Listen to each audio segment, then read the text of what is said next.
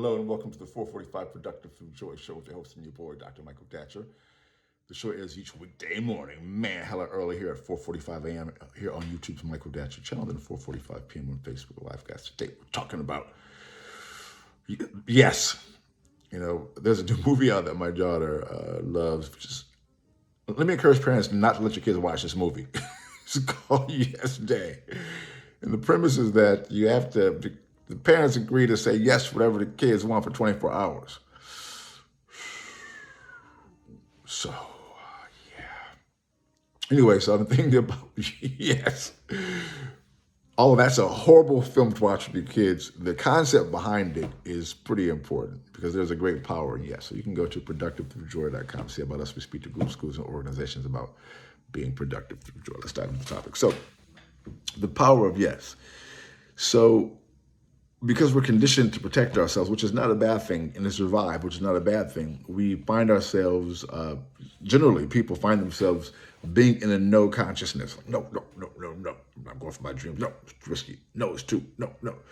Listen, I'm not saying that you need to be like the Yes Day movie and have your kids use stuff to destroy your life, which kids can do if you say yes to them all 24 hours, but there is a great power in saying yes. For example, point one is that you want to get in the habit of saying yes to yourself, right? And how does that start, right? Yes to your dreams, yes to discipline, yes to love.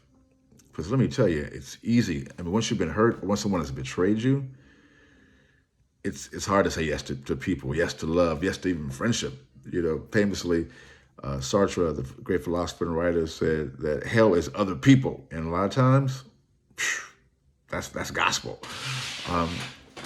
But point one is that you want to get in the habit of saying yes to yourself. Point two is that you want to get in the habit of saying yes to others. In this movie, which I haven't seen, which I'm refusing to see. I've only seen the trailer, and I was traumatized. My kid has seen it. So the idea is to, in your own life, to be in the habit, though, of saying yes to other people. I know, including at times your kids, not too much, and not for 24 hours, not to everything, but saying yes to others, So, we live in LA.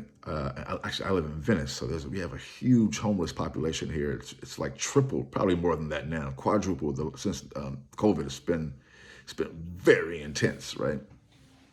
It's everywhere. And a lot of the cats are not well. So, they're mad unpredictable.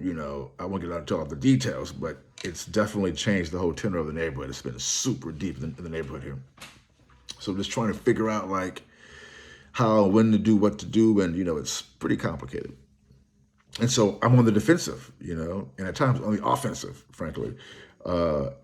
But also trying to be loving and, trying to figure out, because in my past, I would always reach out to cats and I was the guy giving them, supporting them in different ways.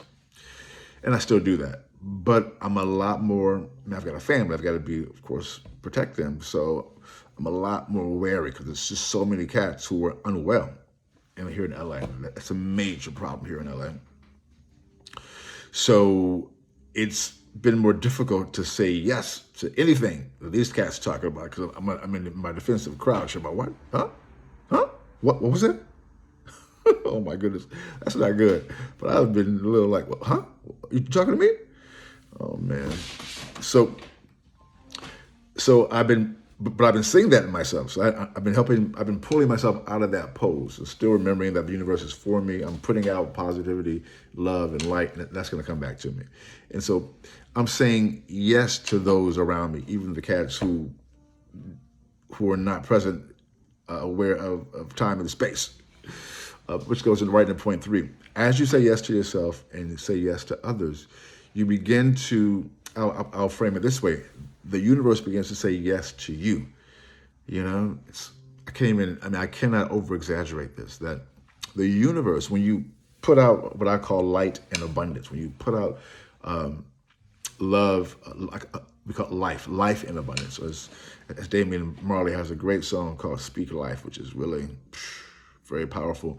But when you speak life in abundance to the universe, and you put that out there, including in my case, the folks who are homeless, who are going through it right now, that's what comes back to you generally. And those times when it doesn't come back to you, you're prepared to deal in those moments. But generally, you're not waiting, expecting for crazy to happen. You're expecting for life in abundance to return to you because you're putting life in abundance out there. You're speaking life and you're living life. You're living abundance.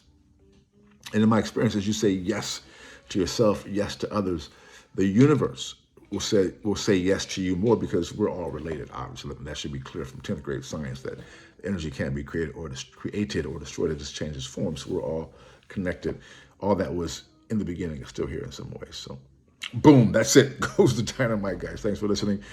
We'll see you when? Oh, man, tomorrow morning, hella early again at 4:45 a.m. Until then, let's talk about it and be about it. Deuces, I'm out.